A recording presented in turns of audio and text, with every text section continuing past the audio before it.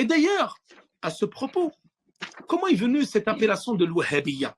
Pourquoi les gens ils appellent les suiveurs de la da'wa de Cheikh Mohammed al-Wahhabiyyoun, les Wahhabites, les ennemis de l'Arabie et de la da'wa salafiyya, ils disent ad-da'wa al-Wahhabiyya.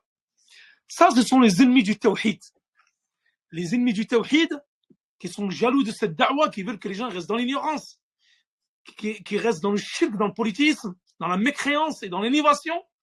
Lorsqu'ils ont vu que Cheikh Mohammed ibn Abdel Wahhab, il a appelé à ce tawhid, à cette unicité, les gens ont commencé à affluer pendant la période du Hajj.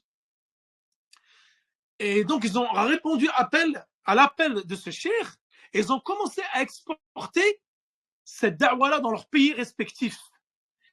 Et dans tous ces pays-là, les pays musulmans, il n'y avait que le shirk qui était propagé à cette époque-là. Et d'ailleurs, à ce propos concernant cette anecdote, le colonisateur indien, donc le colonisateur anglais, de l'Inde, ils avaient colonisé l'Inde à l'époque, ils avaient entendu parler de la da'wa de Cheikh Mohammed ibn Abdel Wahhab. Et en Inde, à l'époque, il y avait beaucoup de gens qui étaient égarés, beaucoup de sectes.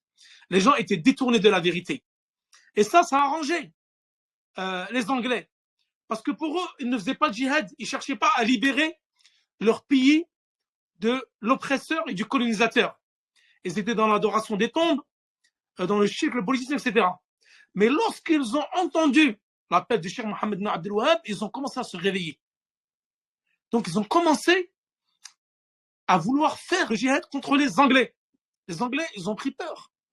Ils ont menti sur le compte du Cheikh Mohammed ibn Wahhab en disant que ça, c'est une secte, al-Wahhabiyya.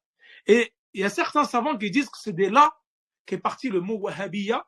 Donc les détracteurs de cette da'wa, ils ont commencé à utiliser ce péjoratif pour faire éloigner justement les gens de la sunna authentique et de l'appel au tawhid authentique. Voilà pour l'anecdote.